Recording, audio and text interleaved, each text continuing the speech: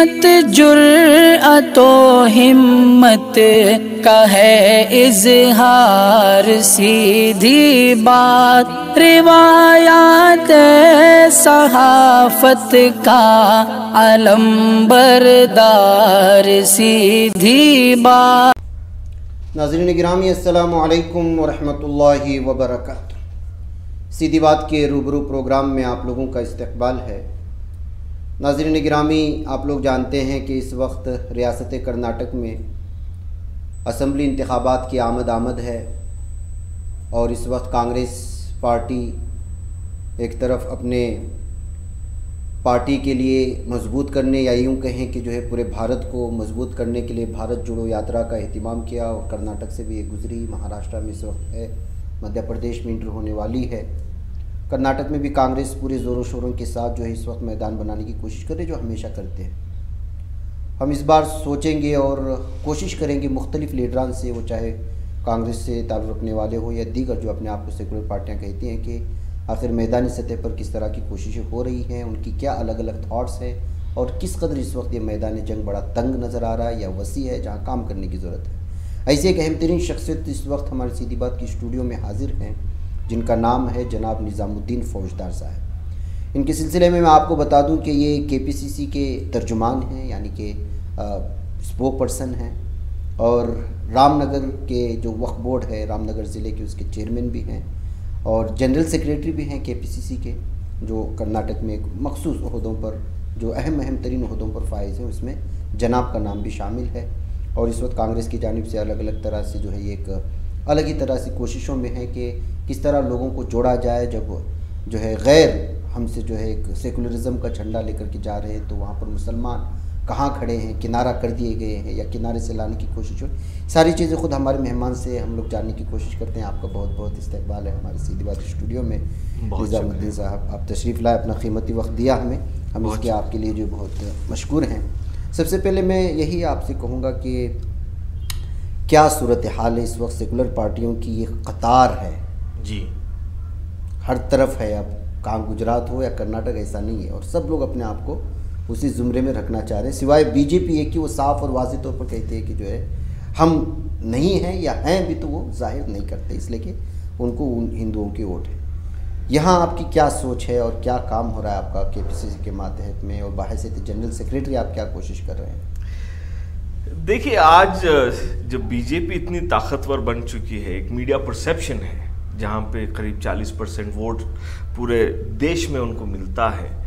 जब उनको 40% वोट मिलता है तो सेकुलर पार्टीज़ को करीब 60% वोट मिलता है, यानी तकरीबन पूरे अगर देश को आप ले लेंगे तो 60% लोग अभी भी ब्रॉड माइंडेड सेकुलर थिंकिंग से उस आइडियोलॉजी से आते हैं। जब BJP का जब पड़ाव था तो लोग उनके तरफ जाने लगे थे।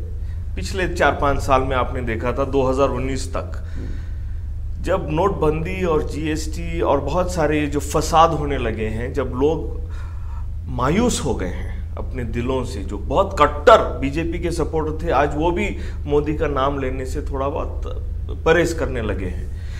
जब लोगों को लगने लगा है कि, और सेकुलर पार्टीज जो पार्टीज हैं, रीजनल पार्टीज, जो उनको लगा था कि हम BJP के साथ रहेंगे तो हम और ताकतवर हो जाएंगे, जब JDU के साथ होने लगा, सेना के साथ, शिवसेना के साथ होने लगा, जहाँ पे पंजाब में अकाली दल के साथ होने लगा, और जहाँ पे आप अगर ले लेंगे हरियाणा के अंदर चौटाला की पार्टी को इन्होंने निगल लिया है। तो अभी रीजनल पार्टीज को ये लगने लगा है कि ये हमारी ताकत से जीतते हैं, बाद में हमको खा जाते हैं। तो अब जब लोगों का माहौल सेकुलरिज्म की तरफ बढ़ने लगा है, जो भारत जोड़ो यात्रा से लोगों को महसूस होने लगा है कि हम अमन, शांति और मोहब्बत से इस देश में बसर कर सकते हैं, जी सकते हैं, कमा सकते हैं, अपना उद्योग बना सकते हैं, लोगों को और आगे बढ़ा सकते हैं, एक माहौल होता है जीने का। आप इतना पढ़ते क्यों हैं?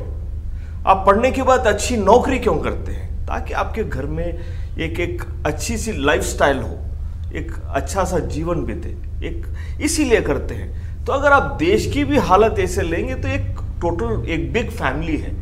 तो एक देश में कमाई किस लिए होती है? लोगों की बहाली के लिए, लोगों को उनको अच्छी से एक एक तरबियत हो, उनके बाद में उनके साथ एक जीने का एक मकसद हो, एक मोहब्बत से भाईचारे से जिए। जब उस फैमिली के अंदर चंद लोग आकर जहर घोलने लगते हैं तो शुरुआत में अच्छा लगने लगता है, लेकिन जब वो जहर अपनों को ख़त्म करने लगे तो लोगों को पता चलता है कि ये जहर, ये लोग जो बाहर से आए थे ये जहरीले हैं, उनको बाहर भेजना है। तो आज वो मुहिम बीजेपी को ख़त्म करने की, बीजेपी को हराने की एक शुरुआत है। तो सेकुलरिज्म की तरफ सारे ये पार्टीज आने लगे हैं। ये एक वक्त था सारे पार्टीज कांग्रेस के खिलाफ लड़ा करते थे, आज ऐसा वक्त आने लगा है कि सारे पार्टीज कांग्रेस के साथ जुड़कर बीजेपी को हराना चाहते हैं। तो ओवरऑल एक पॉलिटिकल स्टेटस आज देश में ऐसा है। नहीं, जेडीएस आपसे लड़ती रहती है, जेडीएस की अपनी फील्ड हो रही है कर्नाटक की, जहाँ तक मैं बात करूँ तो एमआईएम की बाद में बात करूँगा जी। देखिए, जनता दल अगर आप उनकी हिस्ट्री लेकर देखेंगे, they have been the principal opposition party to Congress. और अगर बीजेपी को किसी ने बढ़ावा दिया था तो वो 2006 के जब धर्म सिंह की गवर्नमेंट को गिराकर कुमारस्वामी साहब ने जब येडियुरप्पा के साथ और बीजेपी के साथ बनकर जब उनको सरकार बनाई थी, 20 महीने के बाद उनको सत्ता देनी थी, लेकिन दिए नहीं। तो जो सिंपैथी वेव बना येडियुरप्पा को, वो सिंपैथी वेव से 5 साल मिल गए और उस 5 साल में उन्होंने अपने आप को बहुत ताकतवर बनाया। जहां पे जेडीएस थी, जेडीएस को खत्म कर दिया। नॉर्थ कर्नाटका से तो जेडीएस को खत्म कर दिया उन्होंने, साफ कर दिया, पत्ता साफ है। अब हैं थोड़ा बहुत मैसूर बेल्ट में। तो कहते हैं कि अब आप सीएम इब्राहिम साहब की बात ले लीजिए, आप जब तक यहाँ पे एमएलसी थे तो कांग्रेस की वाह-वाह कर रहे थे, आज जेडीएस की वाह-वाह कर रहे हैं। तो आज जेडीएस को सीएम इब्राहिम जैसे एक लीडर की क्यों जरूरत आ पड़ी 10 साल के बाद? सीएम इब्राहिम साहब के साथ कोई नाइंसाफी तो हुई होगी ना कांग्रेस में? देखिए, कांग्रेस पार्टी एक सोच है। आप जब एक सोच के साथ चलते हैं तो कुछ खोना पड़ता है और कुछ आपके नसीब में हो तो आपको मिल जाता है। उनको क्या नहीं मिला, क्या नहीं मिला। अगर आप सिर्फ पॉलिटिकल पार्टी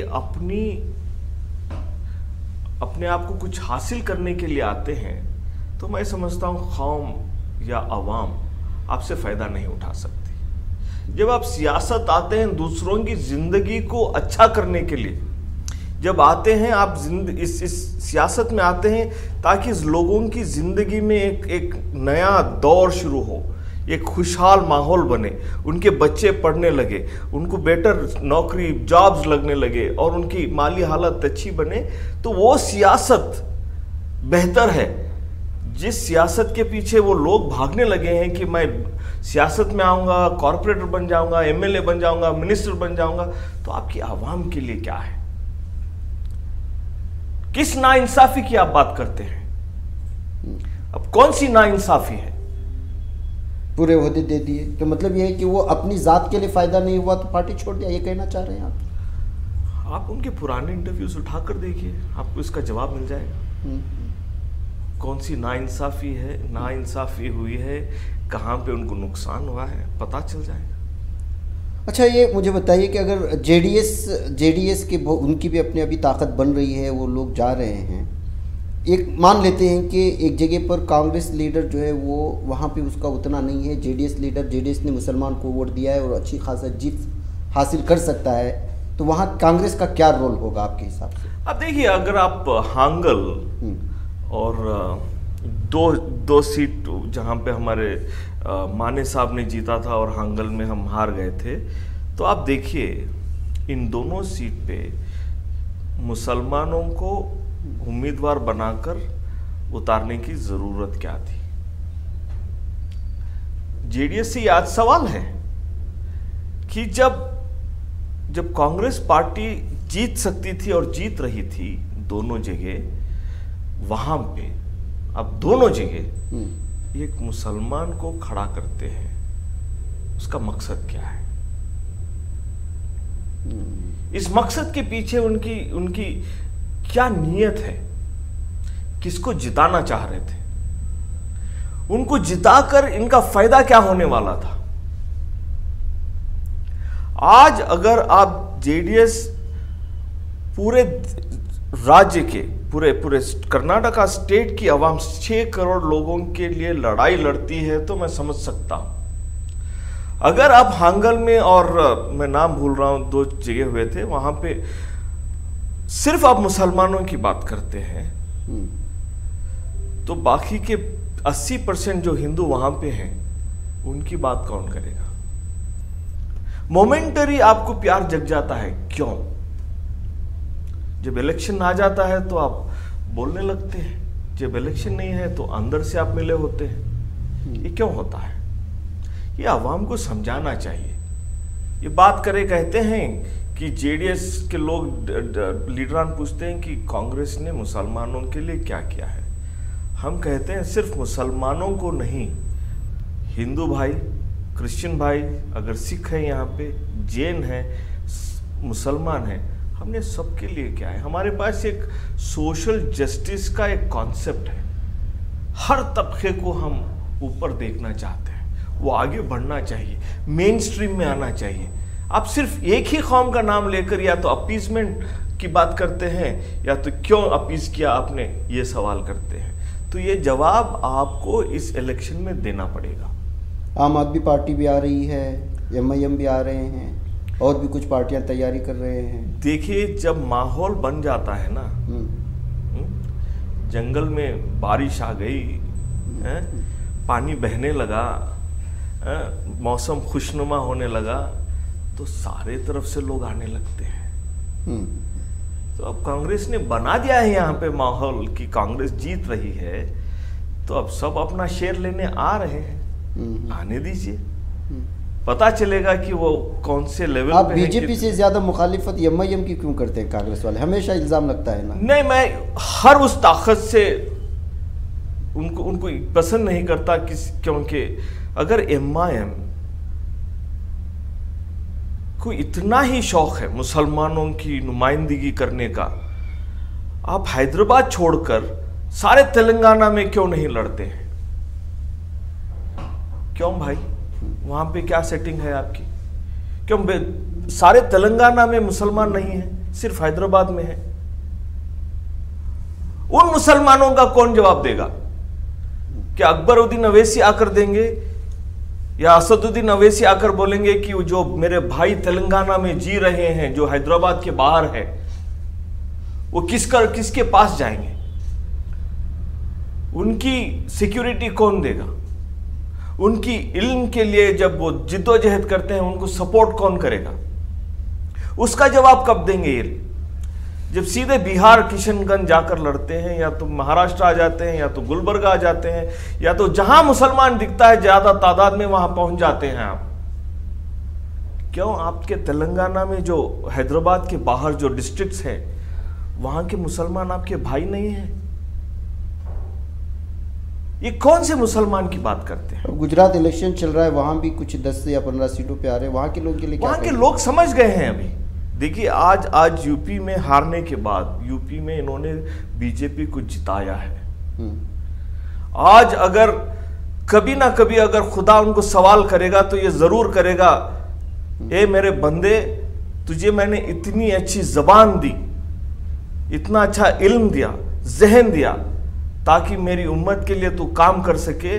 जब आपने उनका उल्टा काम किया, अब हिस्ट्री में सबसे बड़े लीडर बन सकते थे, मॉडर्न हिस्ट्री में एक मुसलमान के लिए एक अच्छे लीडर बन सकते थे, लेकिन अच्छे लीडर बनने की बजाय आपने सिर्फ फसाद बनाया है और बीजेपी को जीतने का काम किया है।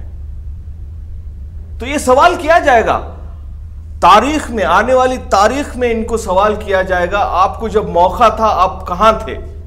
जब आपको मौका था, आपके पास मौका था, आप किसके साथ थे? ये सवाल किया जाएगा। आज ये सबको सवाल करते हैं, लेकिन एक वक्त ये भी आएगा कि इनको लोग सवाल करेंगे, आप भाई अवैसी साहब, आप कौन से साइड थे, किसके साथ थे, क्यों थे, आपका मकसद क्या था? अब गुजरात में आम आदमी पार्टी भी आ रही है, उनको क्यों नहीं आप डांटते? वो भी तो आके सेकुलर वोट को तकसीम करेंगे।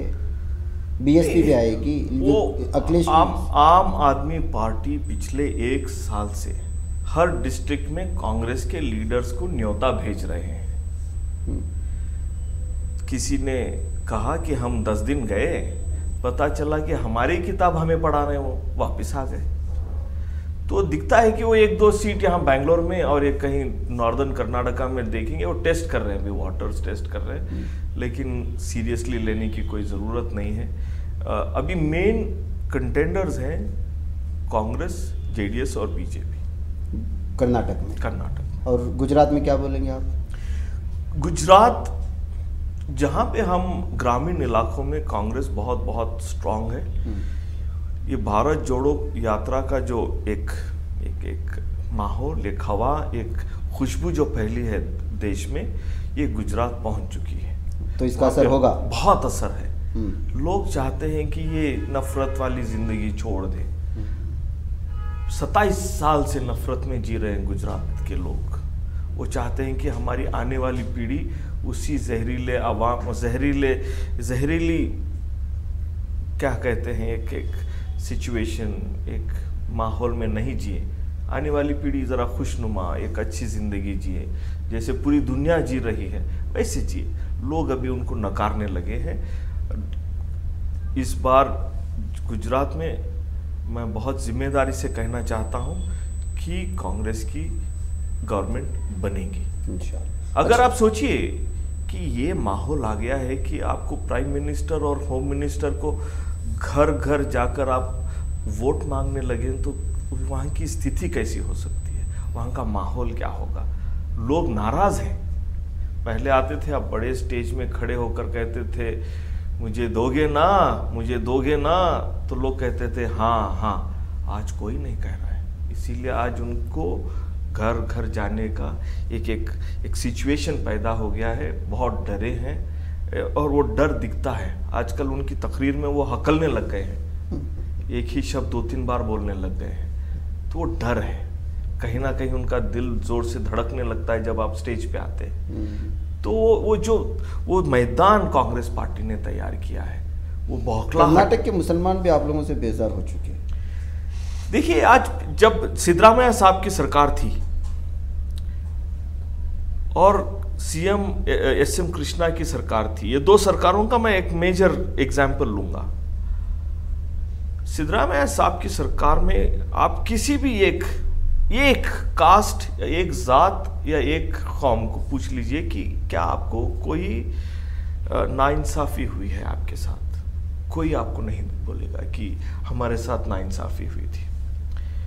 करीब 50 लाख स्टूडेंट्स को आरयू स्कीम से कैशलेस लोन फैसिलिटी दी गई थी फॉर इंजीनियरिंग, मेडिकल और प्रोफेशनल कोर्सेज के लिए। शादी भाग्य में 50,000 रुपये एक हमारी गरीब बेटी जब शादी होती थी उसको दिया जाता था। शर्म शक्ति लोन था 50,000 से 1 लाख रुपए, जहाँ पे 22 लोगों को एक ताल्लुक में दिया जाता था।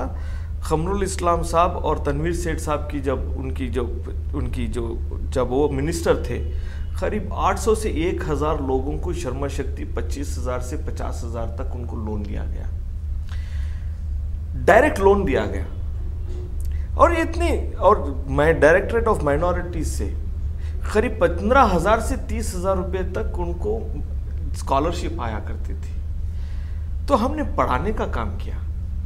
जो बच्चे इंजीनियरिंग नहीं सपना देखते थे इंजीनियरिंग का, वो क्योंकि पैसे नहीं थे उनके पास, वो जाकर कोई बीएससी या कोई छोटी डिग्री कर लिया करते थे। लेकिन सिद्धरामैया सरकार के दौरान जितने इंजीनियर बने हैं, आप पिछले सालों की कितनी भी तारीख ले लीजिए, ये गवर्नमेंट फैसिलिटी से शायद इतने डॉक्टर्स और इतने इंजीनियर्स नहीं बने हैं। इतने हमारे गरीब बहनों को इतनी जो मदद हुई थी वो कभी नहीं हुई थी। करीब 3,500 करोड़ का बजट था, आज करीब 30 करोड़ का बजट है बम्बई सरकार में। तो ये शायद हमारे पीछे कोई साजिश करना चाहते हैं कि मुसलमान बढ़ जाए, कांग्रेस से दूर हो जाए और बीजेपी की सरकार आ जाए। ये तो एक माहौल बनाने की कोशिश है। इसको ख़त्म करने के लिए आप लोग क्या कर रहे हैं? हम जा रहे हैं। खास करके आप माइनॉरिटी लीडर्स, जब्बार साहब हमारे माइनॉरिटी डिपार्टमेंट के चेयरमैन हैं, उन्होंने टास्क फोर्स बनाया है। हर सूबे में जाएंगे, हर बूथ लेवल पर जाकर उनके, लेकिन किसी अखबारात में आप लोग जो है नज़र नहीं आ रहे हैं कि बिल्कुल माइनॉरिटी अखबारात जो हैं कभी कभी नज़र आ जाते हैं, लेकिन आपका एक बाकायदा एक मीडिया से भी वो ताल्लुकात होना चाहिए ना, आप लोगों के लोगों तक पहुंचाना है। जैसे हमारे सीधी बात ले लो, लाखों लोग देखते हैं लेकिन यहाँ कहीं नज़र नहीं आते, या कोई ऐसा नहीं कि भाई हमारी बात पहुँचाओ। क्या क्या क्या क्या चीज़ है कि जो आप मीडिया से कोऑर्डिनेट क्यों नहीं करते हैं? नहीं, माइनॉरिटी मैं मानता हूँ ये बात, शायद हम लोगों में ये कमी हो सकती है, लेकिन जब मेरे फादर, मेरे पिताजी या मेरे वालिद एमएलसी हुआ करते थे, मेरे बड़े भाई SKMDC चेयरमैन हुआ करते थे, हम सिर्फ काम में मशगूल थे। कभी हमने ये नहीं सोचा कि अपने काम को एडवर्टाइज किया जाए। मैं आपको शिकायत अभी लगने लगा है कि हमें, मैं आपको साफ शिकायत कर रहा हूँ। अभी आपने कितनी स्कीम्स मुझे बताए, मुझे नहीं पता है स्कीम्स, मुझे नहीं पता है। मुझे पता चलेगा तो आप समझे कि मेरे 11 लाख सब्सक्राइबर्स हैं, उनको पता चलेगा। सही बात है, शायद हम यहाँ से लेकर, आप यहाँ गलती कर रहे हैं। मैं साफ बोल रहा हूँ, चूँकि हमारे हिस्से हैं, घर वाले हैं, मैं साफ बोल रहा हूँ कि बिलखुसूस माइनॉरिटी लीडर्स को किसी भी चीज़ के लिए ये कॉल करने पर उनका अपना रुबाब रहता है। भाई हम आपकी खिदमत के लिए बैठे हैं, आप तशरीफ़ लाएं। तमाम मीडिया ऐसे नहीं हो सकते, लेकिन हम लोग तो कौम की खिदमत के लिए बैठे हैं।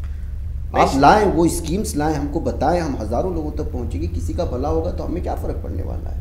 नहीं, कौम के लिए एक बहुत उपलब्धि है।